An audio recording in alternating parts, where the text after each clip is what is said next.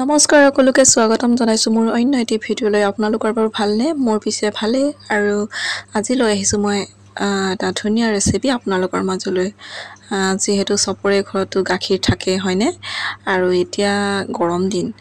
গৰম দিনত গাখীৰ পিছে অনকালে বেয়া হয় ন আৰু অনকালে ফাটি যায় মুঠতে আৰু এইখিনি বাৰু আপোনালোক কি কৰে পেলাই দিয়ে নেকি মই পিছে নেপেলাও দেই খিনি মানে কিবা কিবি ৰেচিপি মই ট্ৰাই কৰিয়ে থাকো আৰু আজি মই এই ৰেচিপিটো ট্ৰাই কৰোতে ভাবিলো আপোনালোকৰো শেয়াৰ কৰো আৰু মইনো কেনেকৈ বনাইছো হেয়া দেখাইছো গাখীৰখিনি আকৌ এবাৰ উতলাই দিছো আৰু তাতে মই কাজু কিশমিশ কেইটামান আছিলে ঘৰতে হেয়া দি দিছো আপোনালোকৰ যদি থাকে তেতিয়া দিব নাথাকিলে নাই নিদিলেও হৈছে আৰু কাষ্টাৰ্ড পাউডাৰ লগতে দিছো আৰু কাষ্টাৰ্ড পাউডাৰটো পিছে নিদিব দেই মানে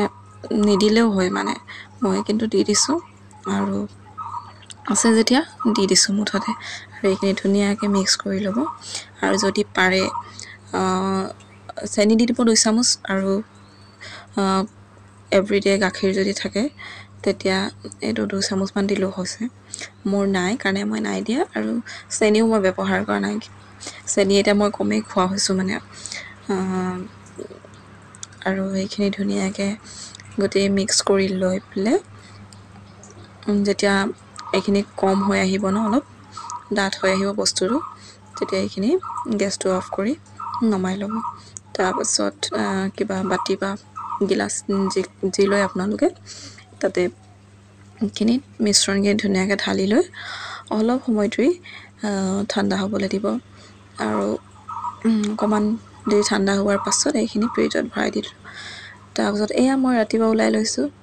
দেখিছেনে কিমান ধুনীয়া লাগিছে না দেখিবলৈ আৰু খায়ো কিন্তু বিৰাতে টেষ্টি আপোনালোকেও ট্ৰাই কৰিব পাৰে দেই আৰু যিহেতু গাখীৰ থাকি গ'লে নষ্টই হয় ন সেইকাৰণে